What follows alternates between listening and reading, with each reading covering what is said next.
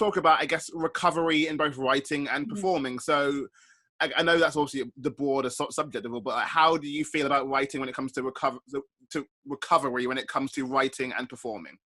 So I think it's a really interesting conversation to have. Lots of people talk about writing as a way of helping them through recovery, and for a long time I really thought that. I thought that in the depths of everything you write, and it's going to be incredibly therapeutic.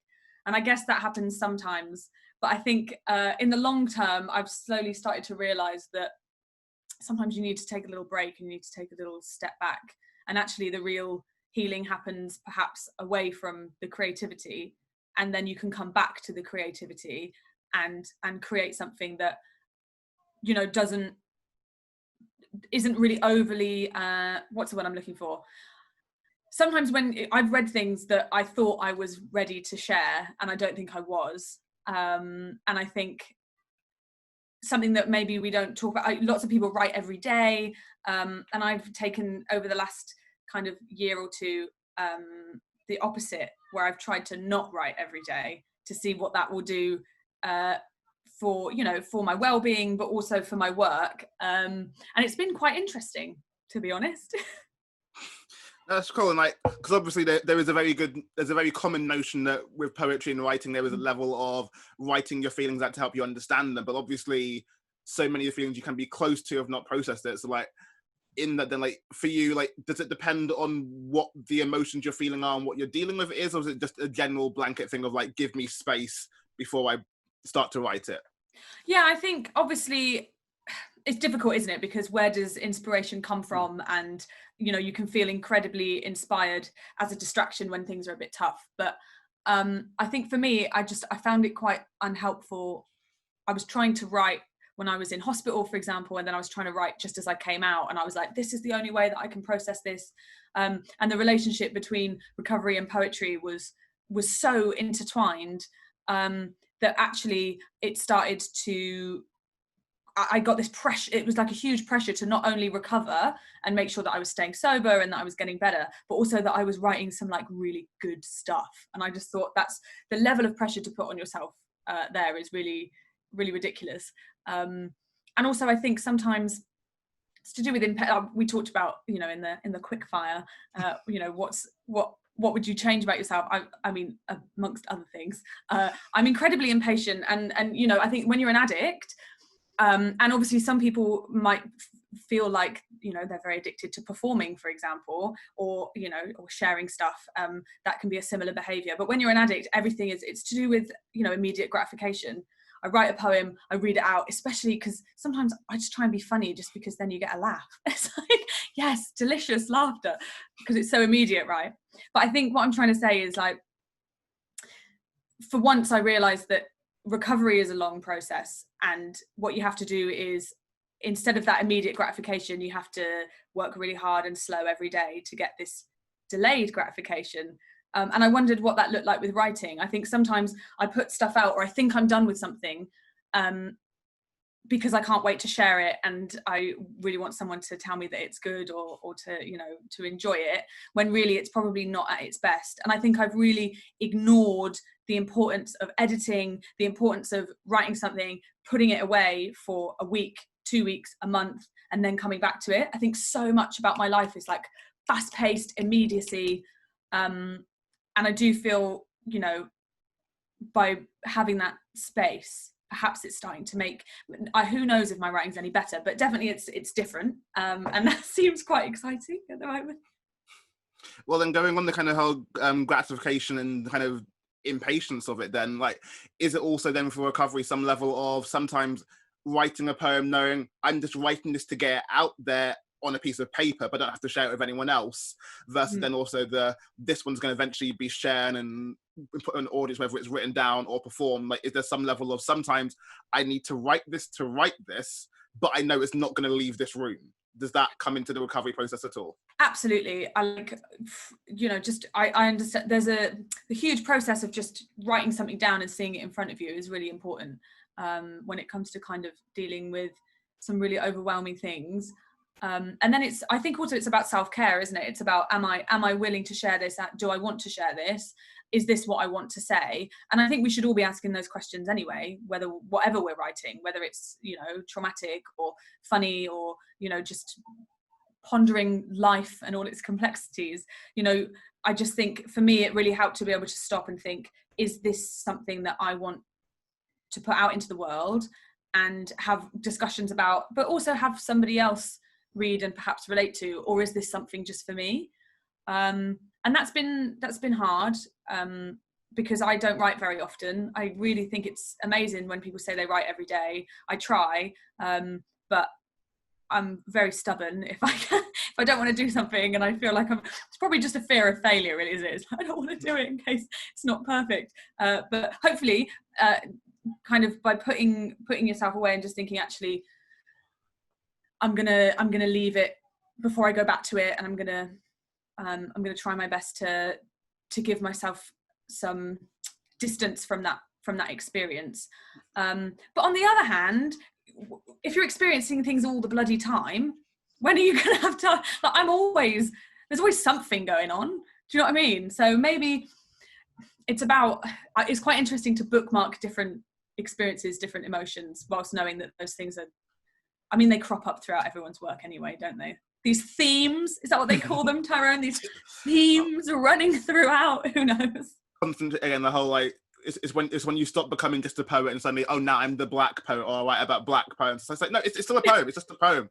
It doesn't have to be a black poem. It doesn't have to be a mental health poem or recovery poem or anything like that. But I guess going to focus now currently on the performing side of things, with when you are recovering and processing stuff, is there some level of difference depending on where you're sharing this? So, for example, sharing a poem at an open mic versus sharing it at a poetry slam, does the nature of where you're sharing also affect how it might affect you? Like, yeah, I think that's a really good question. I mean, I remember we went to, do you remember when was it Fling Festival?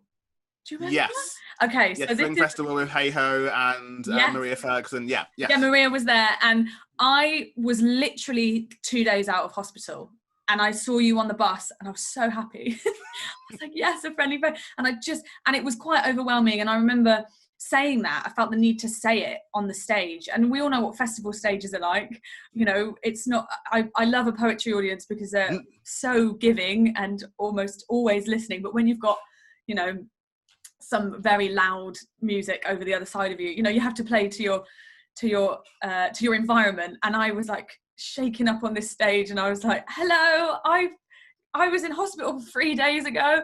And, you know, I again, it was about self-care. And I think that probably at that point, I've got sets that I can do that I don't even think about, that, you know, I've almost hashed out so many times that they don't hit uncomfortably. I'm sure people have poems like that you could do.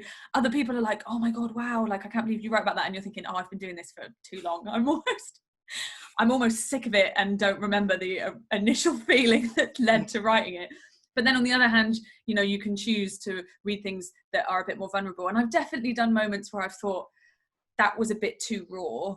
And no one's going to tell you that. And also sometimes people congratulate you for that, and rightfully so. You know, people say that was so brave and thank you so much. But it's about understanding whether or not that was the right time for you. I've definitely had moments where I've thought, I wish I'd have waited a couple more months to do that. It just felt, you know, it's such an amazing community that we have of people who will support each other and everything. But at the end of the day, you're the one who writes the work, you're the one who performs it, and you're the one that goes home afterwards.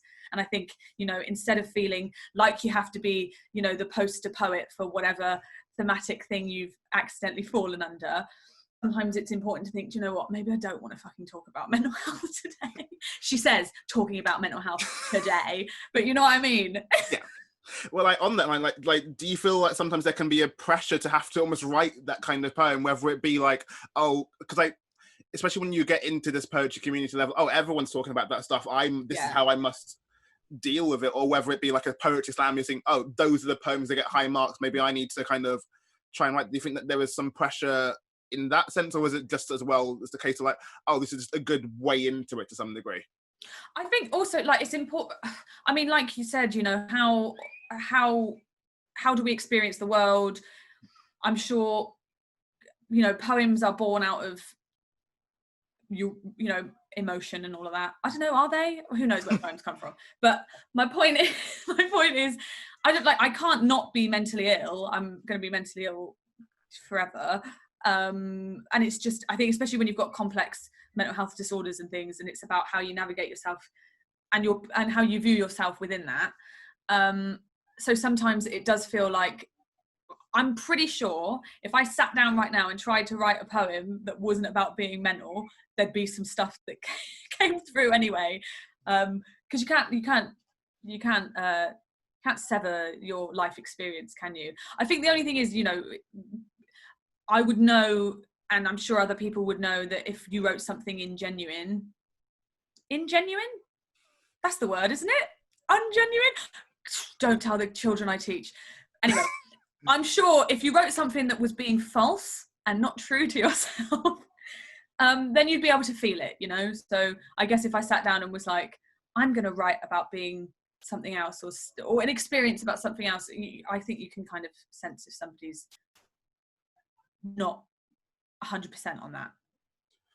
Well, then, like, I guess an interesting one on this, because obviously, and this is partly going into poetry as a whole, and possibly another topic for another day, but nevertheless, with lots of poetry stuff, there is that element of like, oh, you must be honest in me writing your own stories, but obviously there is no rule about that. We just seemingly have chosen that's what we do. So for you, like, when it comes to these topics, if you hear someone else talk about it, what are your feelings on this? If someone's talking about it, you can feel that that's not a genuine story, but they've written it well, or it's not a genuine story and they've written it poorly. Like, if you can feel it's not their story, are they allowed to tell it because it's just a good poem? Where is the line there? I mean, that's a wild question. I definitely have absolutely no authority on that. I think, but it's interesting. These conversations come up all the time about, you know, what makes a good poem, what makes an authentic poem, what makes a poem, what makes anything, you know, what. All I know is I know a good performance. I've faked good performances. I'm sure you have as well. There have been moments where you know, you have to, you know, full well what kind of night you're at, what's expected of you. I'm sure there have been times where you've had the worst day in the world and then you've turned up and had to, you know, entertain. I've definitely felt like I've had to do that a few times. So maybe it's not about authenticity. Maybe it's about faking it till you make it.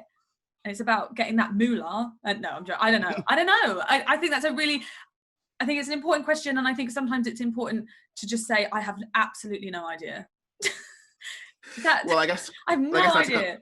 To kind of almost wrap up this section, and in terms of the looking almost a positive line, what is the best way, would you say, like, what have been things that have helped you in this recovery process and all that kind of stuff, whether it is faking and like putting on this persona of like, this is hard, so rather than being me, Emily, I'm going to be poet Emily and get it through that way, or if it's just I'm getting paid for this, so I'm just going to get through it and there's money at the end of it, so it's fine. Like, are those things that help, or is it something else, or is it just, again, depend on the day of the week that different things will help on different times?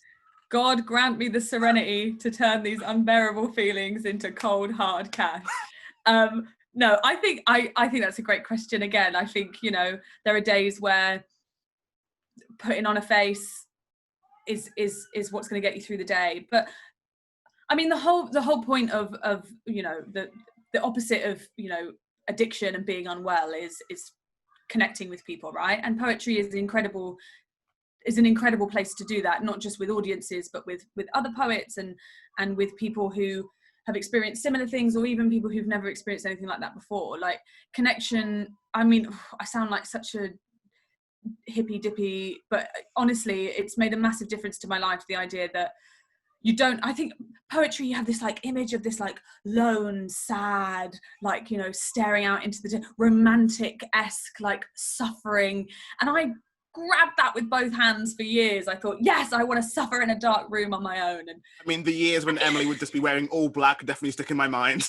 Do you know what I mean? Where it's just like, nobody understands me, I'm not talking to you, darling. And then it's like, actually, and I've been so bad for that. I've been so bad for turning up to nights, doing my thing, sitting in the corner, chugging glasses of wine, refusing to speak to anybody, not because I think I'm too cool, but just because it all just felt too complex. And actually, I realized that talking to people and just being nice and just, you know, thanking people for their time and for sharing things, and just listening and trying to see common ground and understand other people is literally what makes life better. It seems so simple, and I don't want to sound preachy. That's the last thing I want to do. But I do think that, you know, ultimately we have built communities of people who are so supportive and so understanding, and we all write for a reason. You know, we've all got something in us that doesn't quite sit right just on our own, and we feel the need to share, and I think that's super fucking important.